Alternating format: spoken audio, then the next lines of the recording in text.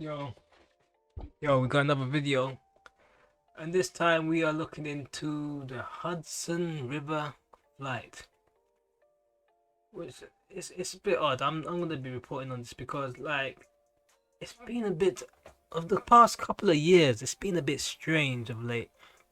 We've had a lot of plane crashes. There's a lot of helicopter crashes as well. It's just very odd. It more than normal because you normally get like a one or two plane crashes here and there, but it's been like every other couple of months there's some sort of plane or helicopter crash, and it's spooky if you want to travel, especially if you want to travel by plane. It's spooky knowing that you might end up dead.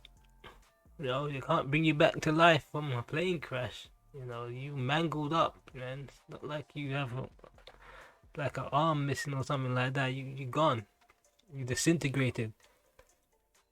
You know, and it's sad. Sad that these people lost their lives the way they did. Who's to blame? It's one of those things. Maybe it's just the plane, the helicopter itself had technical difficulties. You know, who knows? But from the New York helicopter that plunged into the frigid waters of the Hudson River, killing all 6 people on board, had experienced mechanical issues months before breaking apart midair. See, that's the problem. If something has mechanical issues, it's gonna fail eventually. So the best thing to do is replace that part or get a whole new helicopter.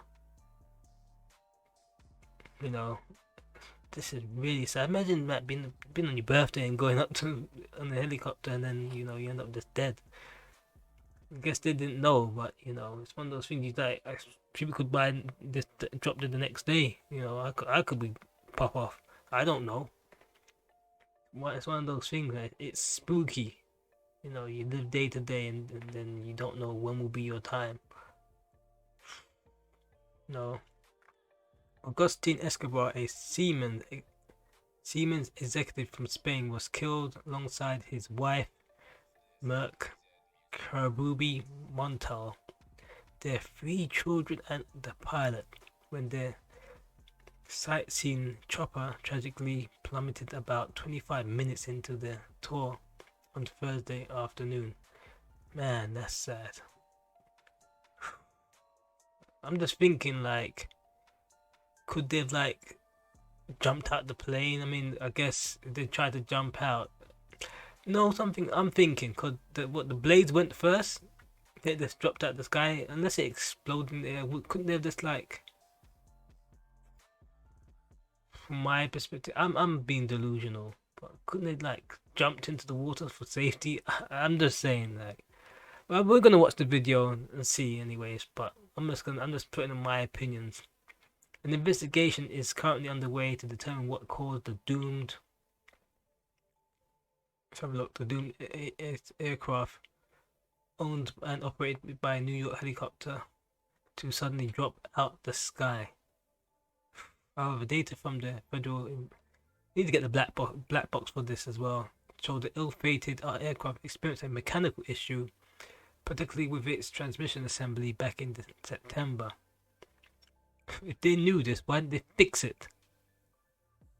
This is the thing about accountability and laziness. Built in 2004, the chopper had flown more than 12,000 hours before needing repairs.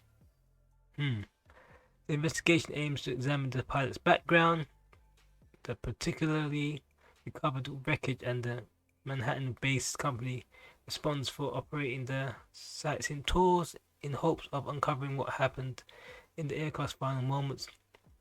Investigators will also explore the maintenance history of the crashed helicopter, focus on whether 2 recently issued FAA safety airworthiness orders for Bell 26 models were properly followed.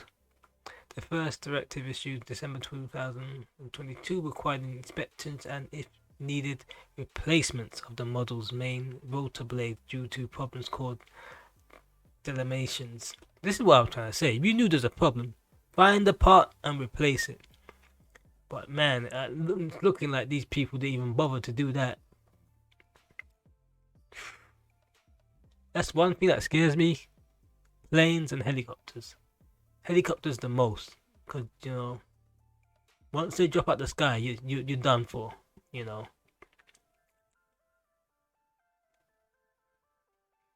Oh man, that's their final picture. Scary.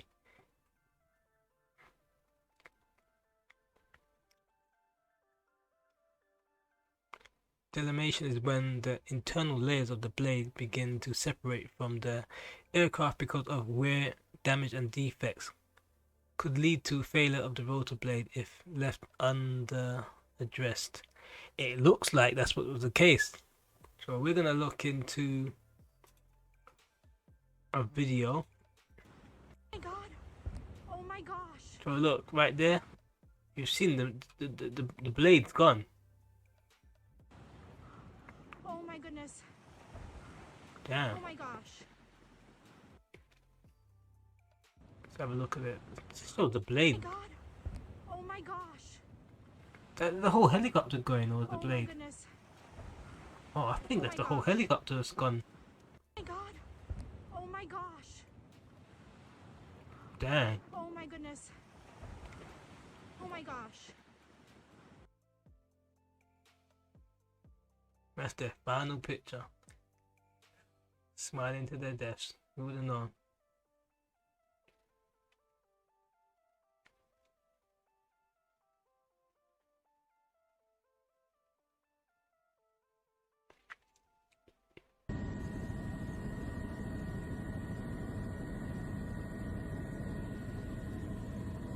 He looks like he's competent.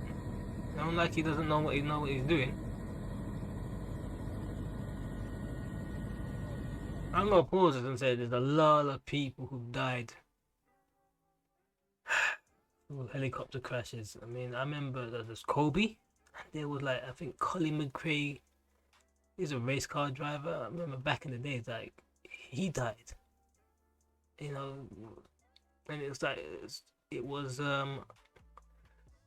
malfunction on the helicopter, and then he was gone. You know, to be very careful with helicopters. But with Kobe, I think it was like flying in some terrible weather.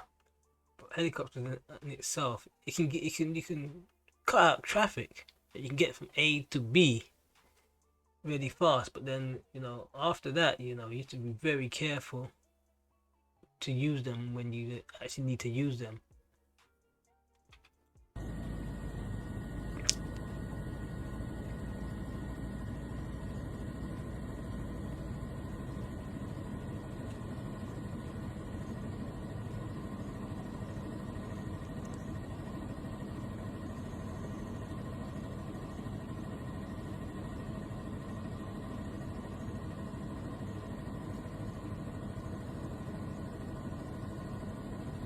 It seems like he knows what he's doing.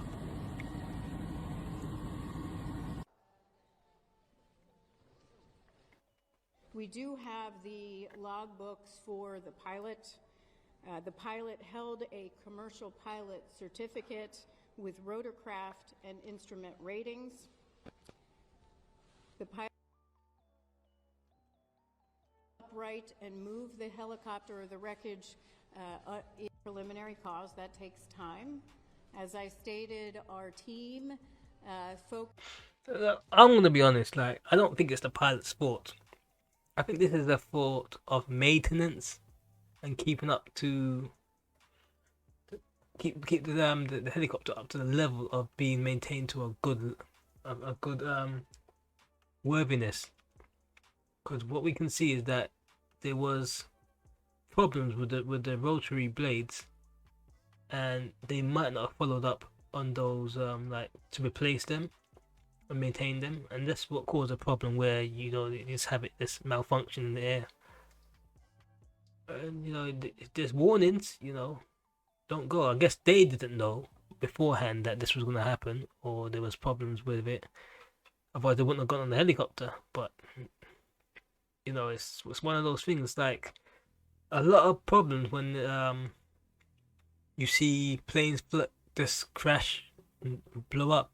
There's always a telltale sign that there's a problem with something to do with the device, like not the device, but like the motor or something like. I seen at one point there was a crash, and they said that one of the I don't know what you call them, the rotary turbines. They said one of them was malfunctioning, but they didn't replace it. They just flew.